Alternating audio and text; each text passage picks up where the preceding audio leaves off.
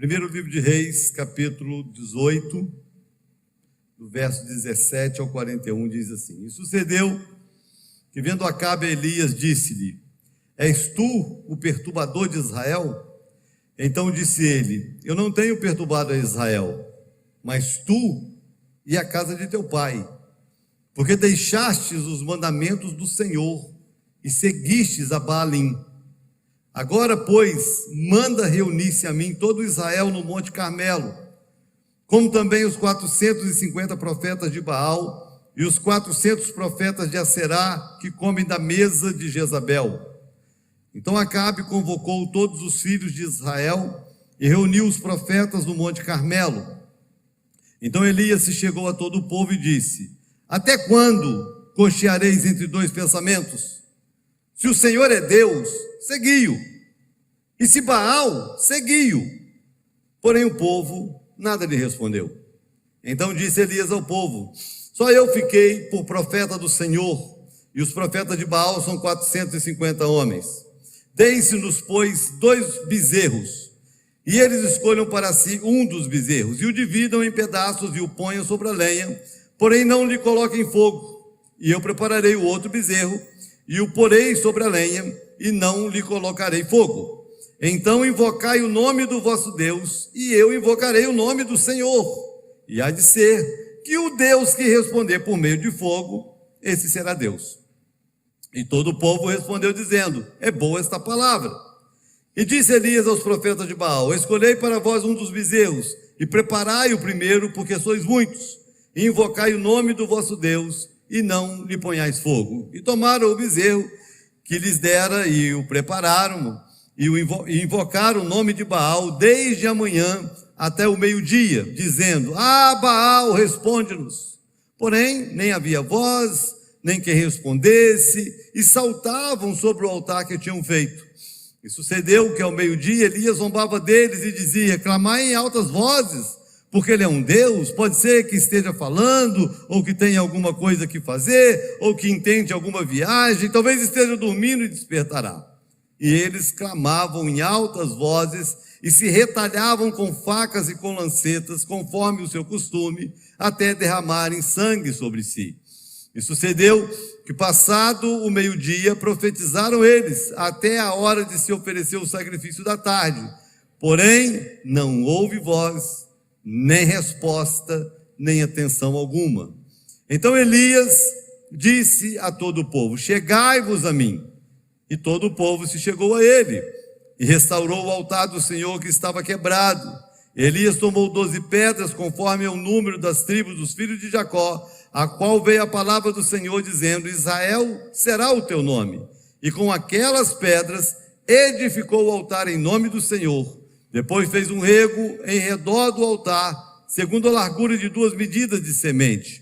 Então armou a lenha e dividiu o bezerro em pedaços, e o pôs sobre a lenha. E disse: Enchei de água 4 cântaros, e derramai-a sobre o holocausto e sobre a lenha. E disse: Fazei-o segunda vez, e o fizeram segunda vez. Disse ainda: Fazei-o terceira vez, e o fizeram terceira vez. De maneira que a água corria ao redor do altar, e até o rego ele encheu de água.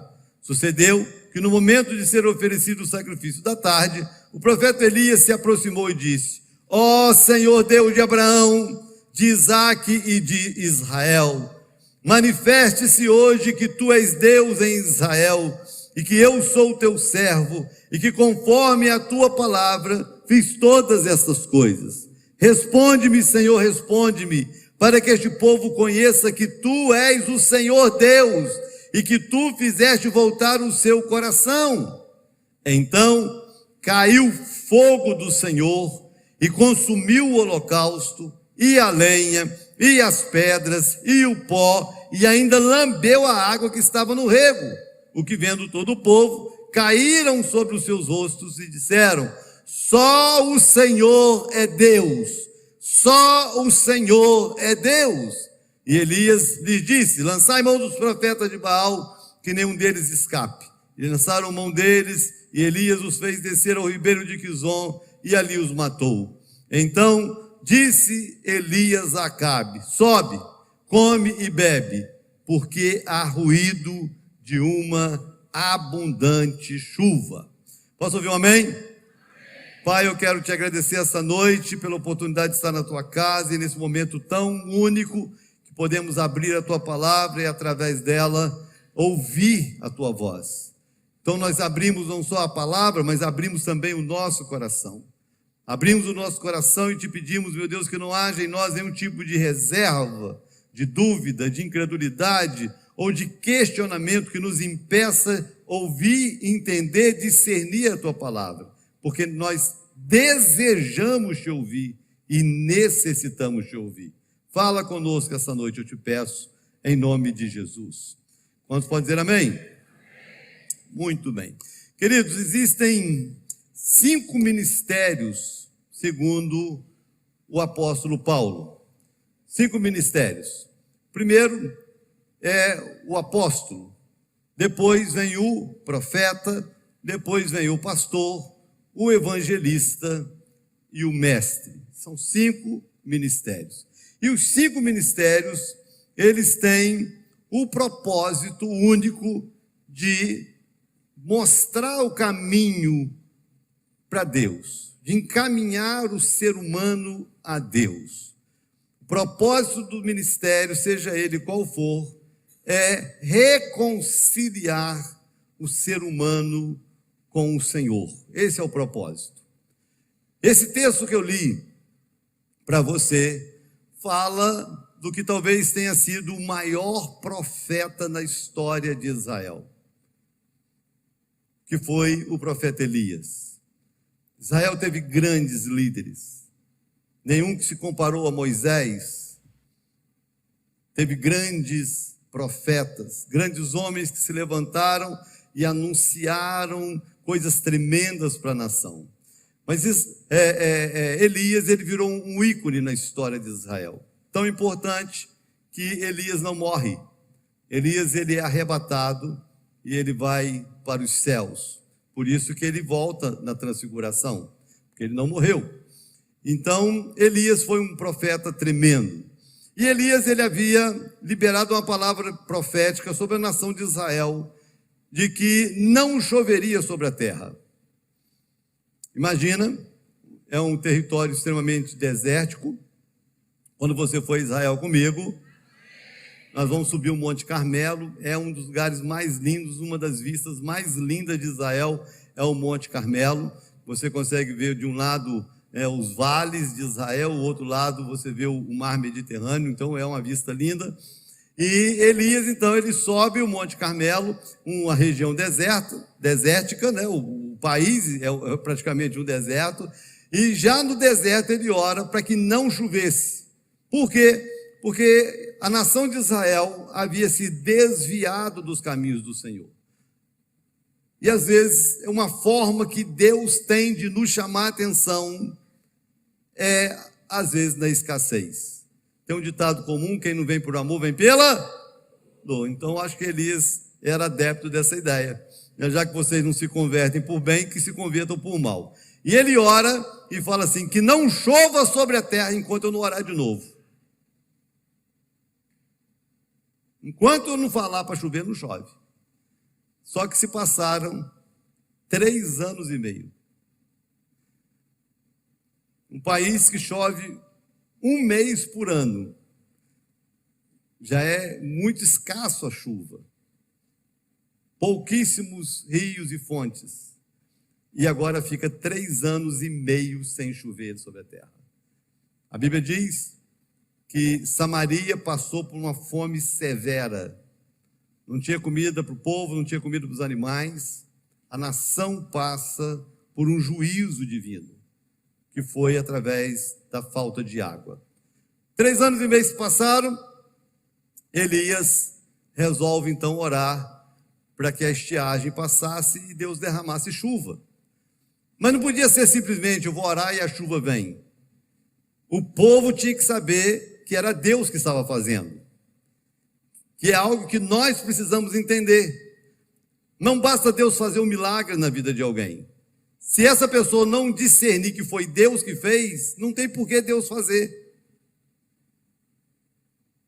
Então, quando a gente ora para Deus curar alguém, a gente ora para que a pessoa entenda que foi Deus que curou. Porque a coisa mais comum que tem é Deus curar alguém e a pessoa fala assim: o médico era bom. Deus curou e a pessoa: não, eu fiz um tratamento com isso ou com aquilo e foi jóia. Então, se não for para Deus ser glorificado, não tem por que Deus agir. Se não for para a gente entender que foi a mão de Deus, não tem por que Deus fazer. Então, Elias, entendendo isso, Elias se apresenta ao rei, na época que era Acabe, que foi um dos piores reis da história de Israel, um homem extremamente corrupto, e quem pensa que o movimento feminista é moderno, já tinha Jezabel, desde a época de Jezabel mesmo. Ela mandava no marido, ela mandava em tudo, e ela tribulou a nação inteira, porque ela encheu o país de ídolos, de idolatria e de cultos pagãos, e por causa da sua atitude, o céu se fecha e a nação passa por um juízo. Elias se apresenta ao rei Acabe e fala para o rei assim: convoca o povo todo, convoca todo mundo para o Monte Carmelo, mas chama também os profetas de Baal e dos Baalim, chama todo mundo, tem um desafio para fazer. E o rei então convoca a nação se reúne no Monte Carmelo, e os profetas também se apresentam, e ele faz esse desafio. Nós vamos fazer o seguinte: nós vamos montar 2 altares. Vocês vão montar o altar de vocês, que é o altar de Baal, e eu vou montar um altar para o Senhor. Vocês vão oferecer um sacrifício e eu vou oferecer outro. Vocês vão orar ao Deus de vocês, eu vou orar ao Senhor. E o Deus verdadeiro vai mandar fogo do céu. O povo gostou da ideia. Então começou aquele desafio. Quando eu olho para isso tudo, que é uma história que marca a nação de Israel, e quando a gente lê na Bíblia, um texto até empolgante de se ler, por trás de tudo isso tinha um propósito ministerial, que era trazer de volta o povo para a presença de Deus. Era esse o propósito. Não era simplesmente uma competição, não era simplesmente uma demonstração de poder ou de autoridade, não. O objetivo era trazer o povo de volta. O povo estava longe de Deus, ele tinha que cumprir com o ministério dele, de reconciliar de novo a nação ao Senhor. Então, tudo que Elias faz no monte, o propósito era esse: reconciliar uma nação ao seu Deus.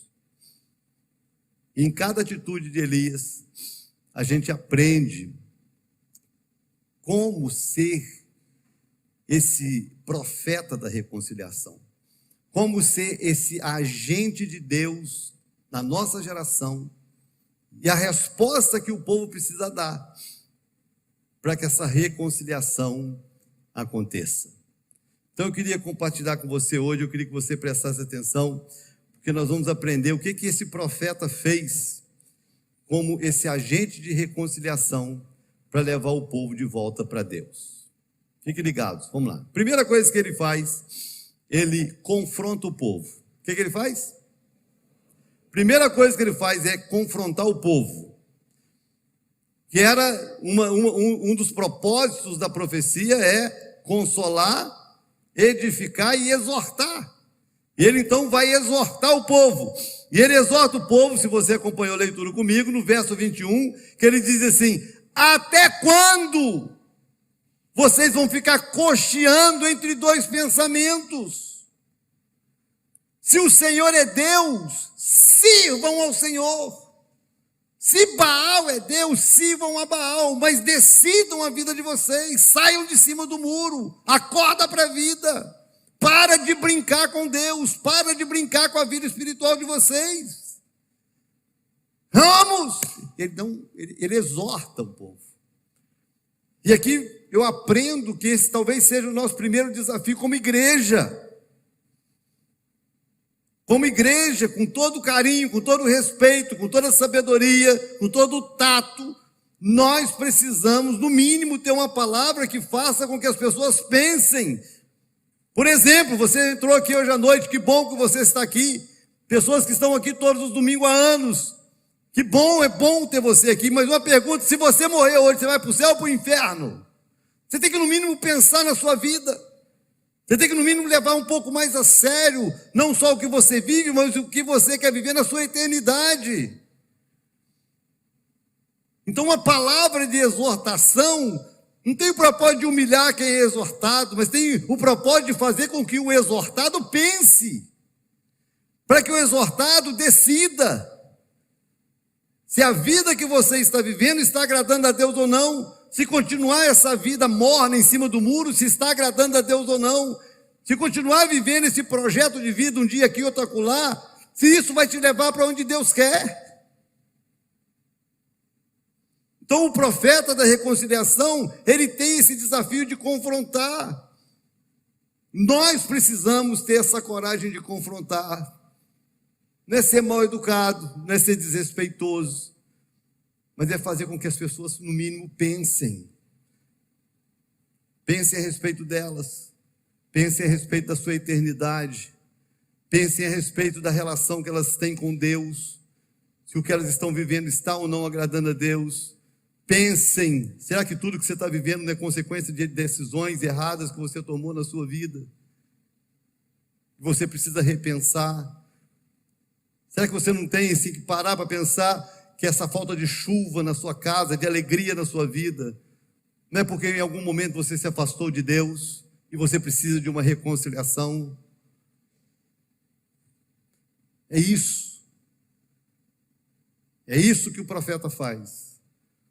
Exorta o povo, para que o povo pudesse, no mínimo, ter uma luz, uma opção, uma possibilidade de decidir entre o certo e o errado, entre Deus e o Baal. Segunda atitude que esse profeta faz, que me ensina como um agente de reconciliação que quer levar pessoas a Deus. A segunda coisa que ele faz é restaurar o altar.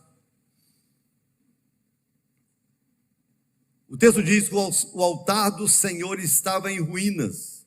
O altar estava quebrado. Ele tem que restaurar o altar. É lógico que quando se trata da nossa vida, eu ouço palavras, mas quem coloca as pedras no lugar sou eu. Eu sou exortado, mas quem toma as decisões de consertar o que foi quebrado foi quem quebrou. E ele tem então esse cuidado. E ele ensina para nós que não era simplesmente colocar pedra no lugar, mas tinha todo um sentido, cada detalhe desse altar. E o texto diz que ele pega 12 pedras. Quantas pedras? 12 pedras, segundo o número das tribos de Israel. Eram 12 tribos, então ele pega 12 pedras, cada pedra representando uma tribo. Na verdade, o que Elias estava ensinando, ou querendo deixar de mensagem para o povo, era o seguinte: o altar está quebrado, as 12 pedras, elas foram desconstruídas. Deus deixou de governar, porque 12 fala de governo. 12 são as horas do dia, 12 são as horas da noite, 12 são os meses do ano. Deus governa com 12, 12 são as tribos de Israel, 12 são os apóstolos, 12 são as portas de Jerusalém. Deus governa com esse número 12. Quando 12 se dissolve, o governo se dissolve, Deus deixou de ser o governante da nação. Então não era simplesmente restaurar o altar, mas era de novo trazer Deus para governar. Porque tem uma diferença muito grande, irmãos, entre discurso e prática. Se eu perguntar para qualquer um aqui que tem um mínimo de juízo e perguntar se você teme a Deus, você vai dizer que teme a Deus. Se eu perguntar para todo mundo que está aqui que tem um mínimo de juízo e perguntar: você tem Deus na sua vida? Todos vão dizer: eu tenho Deus na minha vida. Agora, se a gente parar e de fato analisar com seriedade, se Deus governa a sua vida, se Ele é de fato o Senhor da sua vida, se você de fato está vivendo plenamente a vontade dEle na sua vida, você vai responder sim com a mesma convicção? Eu acredito que não. E essa tem sido a realidade de muita gente. Acredita em Deus e acha que está tudo certo, mas não está. A Bíblia diz que acreditar em Deus, até o diabo acredita. E as coisas não estão boas por lado dele. E ele não deixou de ser diabo porque acredita que Deus existe. Continua sendo diabo. Então acreditar que Deus existe não faz de você um salvo. Acreditar que Deus existe não faz com que você tenha comunhão com esse Deus, não. Um altar precisa ser restaurado, as pedras precisam ser colocadas no lugar. Se submeter à vontade e ao governo de Deus é necessário. Deus não pode ser apenas o salvador da minha vida, Ele precisa ser também o Senhor da minha vida. Então a restauração do altar, que Elias tem iniciativa, é para mostrar para a nação a necessidade de voltar a reconhecer o Deus de Israel. Talvez Deus tenha te trazido aqui essa noite para ouvir essa palavra. Quantas famílias conturbadas, quantos relacionamentos conturbados, quantas pessoas com a vida emocional conturbada, e você procurando solução e resposta em tantos lugares, em tantas coisas, em pessoas, em aquisições, achando que ter ou conquistar isso ou aquilo vai responder, mas não vai satisfazer nunca. Ter essa consciência de que alguma coisa está quebrada na sua relação com Deus, na sua relação com o seu Criador, que você tem tido tempo para tantas coisas e não tem tido tempo para Ele. O que quebrou o altar? O que quebrou a comunhão com Deus? Então, possivelmente, Deus nos trouxe aqui essa noite para que nós possamos tomar uma decisão muito séria de colocar as pedras no lugar, de reconstruir o altar da nossa casa, da nossa família, mas começar reconstruindo o altar dentro do nosso coração, que é o lugar onde Ele mora, onde o lugar que Ele quer se manifestar e se revelar a nós. E tem muito coração quebrado, tem muita gente amargurada, tem muita gente rancorosa, tem muita gente que não libera um perdão, tem muita gente que com a alma enferma, porque o altar está quebrado, não é Deus que governa mais.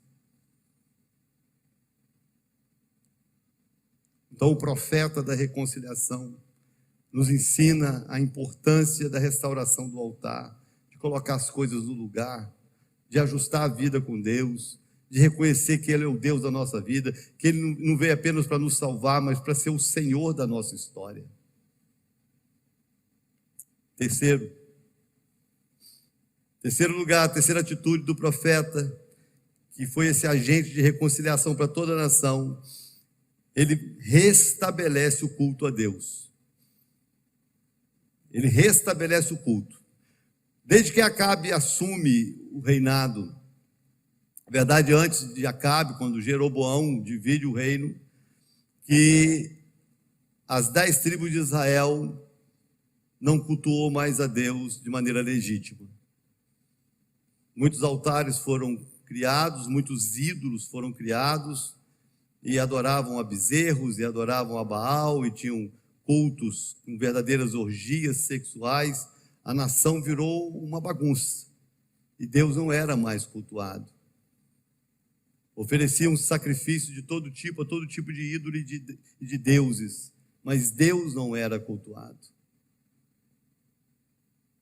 Então, depois da restauração do altar, ele pega o bezerro, parte o bezerro, põe sobre a lenha, e ele faz algo que choca todos que estavam ali. Choca. Você imagina bem, todas as vezes que eu leio esse texto, eu fico assim constrangido com a coragem desse profeta, com a ousadia desse profeta, com a fé desse profeta, onde agradar a Deus era mais importante que tudo, onde fazer e alcançar e tocar o coração de Deus era a coisa mais importante para ele. Não importava a crítica, não importava o preço a ser pago, tocar o coração de Deus era o mais importante. Então ele fala assim: peguem 12 cântaros e joguem sobre 12 cântaros de água e joguem sobre o holocausto. Agora você imagina bem, primeira dificuldade, porque eles estavam no Monte Carmelo. O Monte Carmelo é muito alto, e tiveram que descer para poder buscar água em algum lugar. Então já era um grande sacrifício, um grande desafio. Eles descem, pegam, sobem, derramam a água. Ele olha e fala assim: façam de novo. Aí eles têm que descer de novo, pegar a água, subir com os cântaros e derramar de novo. E ele fala: não, faça de novo. Então, o sacrifício, a dificuldade de se pegar a água e derramar sobre o altar. A segunda coisa que era água. Talvez se ele tivesse pedido assim, vamos fazer uma oferta de prata, vamos fazer uma oferta de ouro, talvez fosse mais fácil. Talvez fosse mais fácil oferecer um outro bezerro do que oferecer água, porque eram 3 anos e 6 meses, não tinha nada mais caro do que água. E ele pega isso tudo e joga sobre o altar, o local do culto. O culto se limitava a um altar, onde o fogo vai cair, onde Deus vai se manifestar, onde Deus vai se revelar. Então ele chama a atenção da nação inteira. Vocês estão querendo chuva, vocês estão querendo bênção, mas cultuando a todo tipo de Deus. Vocês se esqueceram do culto ao Senhor. Vocês têm tempo para vocês, vocês têm tempo para as coisas que vocês gostam, mas vocês não têm tido tempo para o Senhor. Vocês não medem esforços para poder comprar o que gostam, o que querem. Vocês não medem esforços para conquistar o que vocês desejam, mas vocês se esqueceram do culto ao Senhor. E entender que o culto ao Senhor precisa ser sempre o melhor que nós podemos dar. Então tragam água. Ele traz água, derrama. Traz de novo. Traz de novo. E a Bíblia diz que ficou encharcado o altar, a lenha ficou encharcada. Ele fez um rego em volta, uma vala no entorno do altar. E foi tanta água que encheu aquela vala de água. Eu fico imaginando, que doideira, porque quando você joga água numa terra sem chuva, a terra chupa. Foi tanta água que a água não desceu, a água ficou ali. Olha a importância que Elias dá para a restauração do culto na vida da nação. E que é algo que nós precisamos ser chamados a atenção, irmãos. A nossa vida tem que ser um culto a Deus. Do nosso acordar até o nosso deitar, a nossa vida tem que ser um culto a Deus. Tudo que eu faço, se eu conseguir me manter ligado com o altar de Deus, o tempo todo que eu estiver ligado com o altar de Deus, eu estou cultuando a Deus. Sempre que eu estiver oferecendo algo ou fazendo algo onde Deus é glorificado, eu estou cultuando a Deus. Manter isso, sustentar isso, seja no seu trabalho, seja lavando uma louça, seja dirigindo o seu carro, está conectado com Deus, está ligado no altar. Como isso é importante. Mas como está aqui é importante. Como trazer a nossa água e derramar aqui é importante. Como que isso aqui nos fortalece. Como que isso aqui de alguma forma nos aproxima de Deus. Como que isso aqui, quantas vezes você já saiu de casa assim, sem querer vir? Sem querer, às vezes você vem para a igreja fazendo forças para vir, não queria vir. Estou cansado, a gente sempre tem alguma coisa. Aí depois que termina um culto, a gente sai assim, renovado, restaurado, alegria no coração, dizendo-se, poxa, valeu a pena ter ido. Valeu a pena ter jogado minha água no altar, valeu a pena eu ter me derramado no altar, valeu a pena eu ter oferecido o meu culto, valeu a pena eu ter renovado o meu momento de comunhão com Deus. E o profeta então nos ensina isso. A importância da gente restabelecer o nosso culto a Deus. A nossa casa, irmãos, precisa ser um culto a Deus. As nossas conversas às mesas precisam ser culto a Deus. Tudo que nós fazemos, mas principalmente não abrir mão de estar num lugar separado, exclusivo para cultuar a Deus. Entender a importância disso aqui. Para que eu não abra mão de estar aqui por nada, para que eu não abra mão de estar diante do altar para estar em qualquer outro lugar, para que eu entenda as palavras do salmista quando dizia, melhor estar nos teus atos do que em qualquer outra parte mil. Entender por que o salmista declarava com tanta alegria, alegrei-me quando me disseram, vamos à casa do Senhor. manter vivo o nosso culto a Deus, manter vivo o nosso altar ardendo, com fogo queimando, com a glória de Deus se manifestando. E ele então restabelece o culto da nação, e o povo se volta para o Senhor. Em quarto, e esse talvez seja um grande desafio, porque quando ele termina de orar, o altar cheio de água, a Bíblia diz que caiu fogo do céu, o fogo desceu, lambeu, torrou o bezerro, a lenha, lambeu a água do rego. A glória de Deus se manifestou ali. Aí ele então manda pegar os profetas inimigos, aqueles que estavam afastando o povo de Deus da presença de Deus. Ele desce com os profetas até o ribeiro de Quizon e mata os profetas. Ele elimina os inimigos da comunhão. Isso aqui me chamou muita atenção. Ele elimina aqueles que até então eram inimigos da comunhão com Deus. Por isso que ele faz a disputa. Se Baal é Deus, Baal vai mandar fogo. E se o Senhor é Deus, Deus vai mandar fogo. Mas vocês vão decidir. Ou vocês vão servir Baal, ou vocês vão servir ao Senhor. Vocês decidam a vida de vocês. E quando Baal não manda fogo, e Deus manda fogo, ele mostra para a nação que o que na verdade vinha acontecendo era que tanto Baal como todos os seus profetas haviam se levantado para afastar o povo de Deus. Então nós precisamos eliminar isso. Aquilo que me afasta de Deus precisa ser eliminado da minha vida. Aquilo que interfere na minha relação com Deus precisa ser eliminado da minha vida. Seja o que for. Porque nada é mais importante que a minha comunhão com Deus. Nada é mais importante. Não tem dinheiro que seja mais importante, não tem conquista que seja mais importante, não tem amigo que seja mais importante, não tem nada que possa se comparar à minha comunhão com Deus. E não tem como servir a Deus de maneira dividida. Deus não se divide na adoração a Ele. Ou nós somos dele ou nós não somos dele. Ou nós servimos apenas a Ele, ou nós não servimos para Ele. E ter essa coragem, irmãos, às vezes de eliminar da nossa vida coisas e até pessoas, por amor a Deus, às vezes é necessário. Quantas pessoas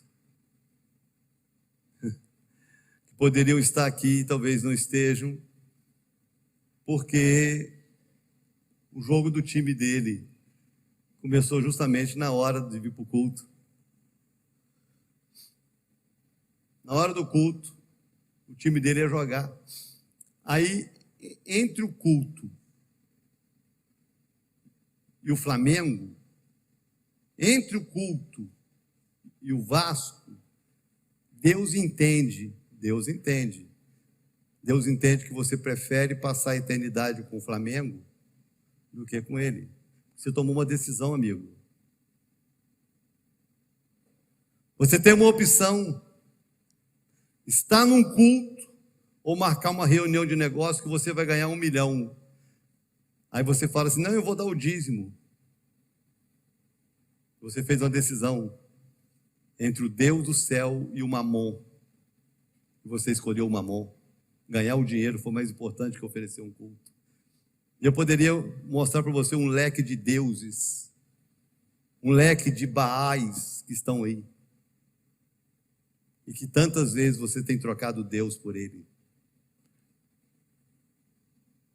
E a verdade é, se eu não eliminar os concorrentes da minha relação com Deus, em algum momento eles vão interferir nessa relação.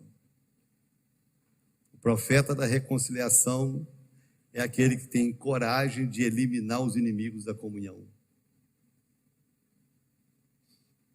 Vou te dar só assim um exemplo e um conselho. Assim, acorda amanhã mais cedo, desliga isso aqui, desliga. Vai para um outro cômodo onde isso aqui não vai ficar do seu lado. Pega a sua Bíblia e vai ler.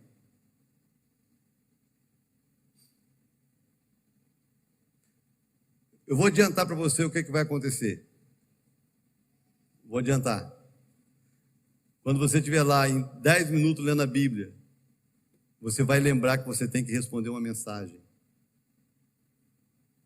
Você vai lembrar que você precisa entrar num aplicativo para pagar uma conta do banco.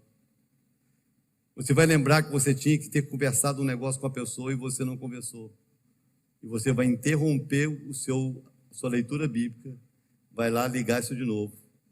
E você vai resolver o que você tinha que resolver, porque isso aqui é mais importante do que isso aqui.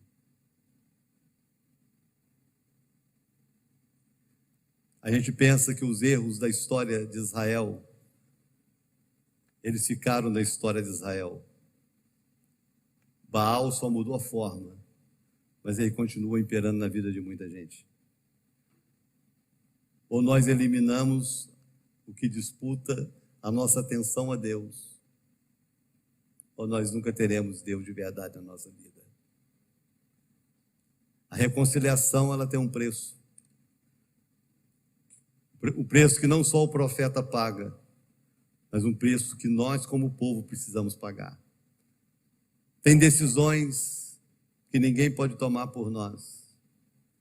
O profeta mostra o caminho, mas quem toma a decisão sou eu.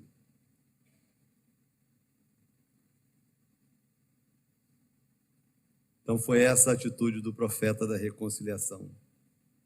Eu vou repetir para você. Primeiro, ele confronta o povo. Se você foi confrontado, se Deus te fez pensar, se Deus usou alguém no mínimo para te fazer pensar, se você pensou de maneira diferente essa noite em relação à sua vida com Deus e à sua eternidade, então significa que tem um profeta nesse altar que falou com você de alguma forma. Segunda coisa que o profeta faz é restaurar o altar, colocar as coisas no lugar, é identificar o que está certo e o que está errado para que haja conserto. Terceiro, restabelecer o culto, onde só Deus é cultuado, onde só Deus é adorado, onde só Deus importa. E quarto, eliminar os inimigos, os adversários, os impedimentos da minha comunhão com o Senhor. Nada pode interferir na minha relação com Deus. Nada, nem ninguém. Jesus falou, aquele que não aborrecer pai, mãe, esposa, amigo, aquele que não aborrecer a si mesmo por amor de mim, não é digno de mim. Deus está nos chamando para um nível de comunhão com Ele que nós nunca tivemos. Deus está nos chamando para um nível de relacionamento com Ele que nós nunca tivemos. Mais do que religião, algo muito mais profundo do que o que a superficialidade da religião oferece. Relacionamento com Ele. E para isso nós precisamos ser alvos dessa ação profética. Vamos ficar de pé para a gente orar. Então, a primeira coisa a fazer é pensar. Avalie-se, pois, o homem a si mesmo. Pensar. A coisa mais comum quando a gente ouve determinadas palavras é a gente achar fulano tinha que estar aqui para ouvir isso. É muito legal isso, né? A gente está ouvindo uma palavra e fulana tinha que estar aqui para ouvir isso.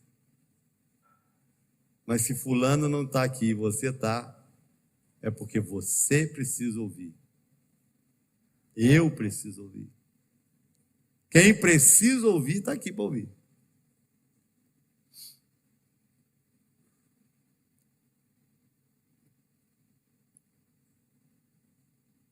Se o Senhor é Deus, sirva o Senhor.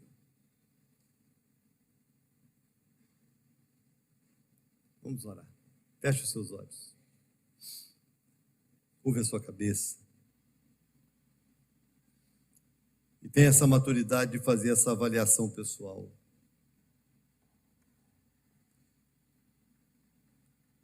Se você está com o coração dividido entre Deus e pessoas, entre Deus e coisas, Deus está te chamando para um confronto, para que você reconheça que só Ele é Deus e digno da sua atenção, da sua vida. Se você ouve essa palavra e consegue identificar que tem coisas na sua vida que estão fora do lugar, que o altar do seu coração, que o altar da sua casa, que as coisas estão fora do lugar e por isso Deus não pode derramar chuva como já derramou um dia, e não pode mais manifestar a presença dele como se manifestou um dia. Ele te chama hoje, coloca no lugar, coloca as 12 pedras no lugar, deixa o seu governador da sua casa de novo, deixa o seu senhor da sua vida, deixa. Se você colocar as pedras no lugar, se eu for cultuado aí, o fogo vai cair, a chuva vai descer.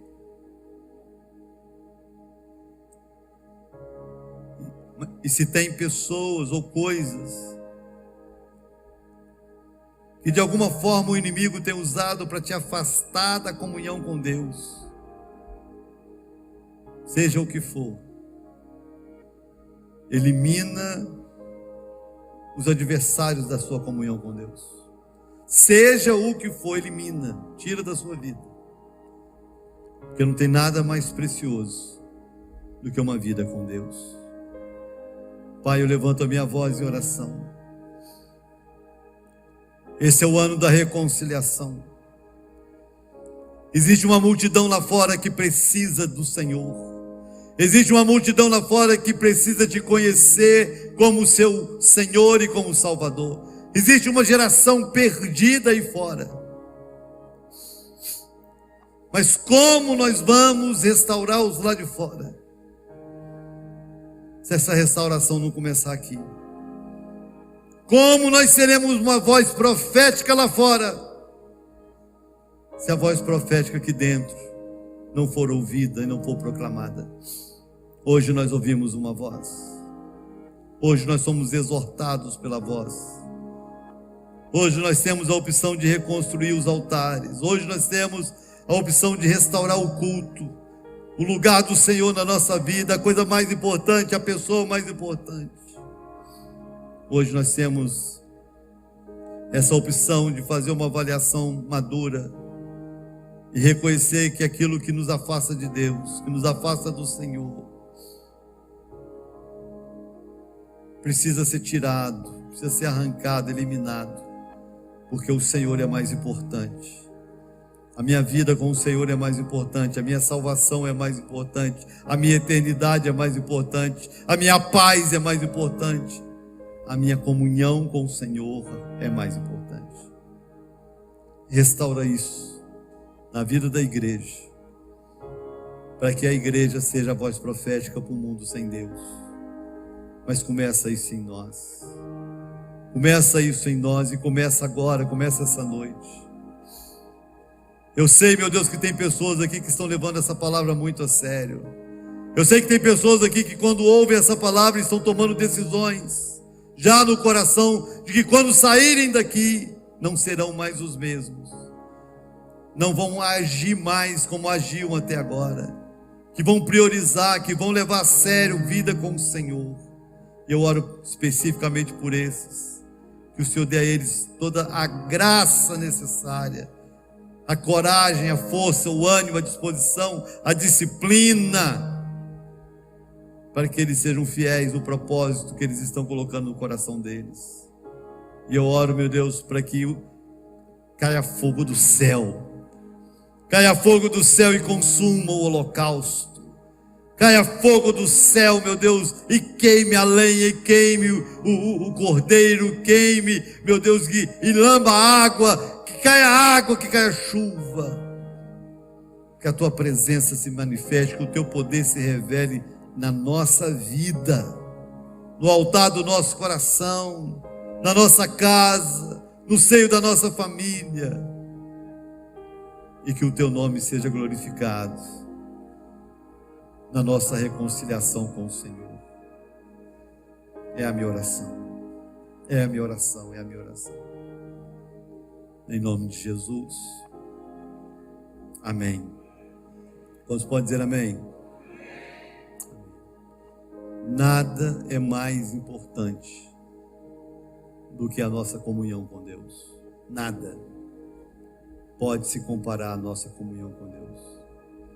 Se nós queremos passar uma eternidade com Deus, nós precisamos começar a construir um relacionamento com Ele aqui, todos os dias. Não abra mão, não negocie isso, e pague o preço que você tiver que pagar. Nada é caro demais que se compare a uma vida com Deus.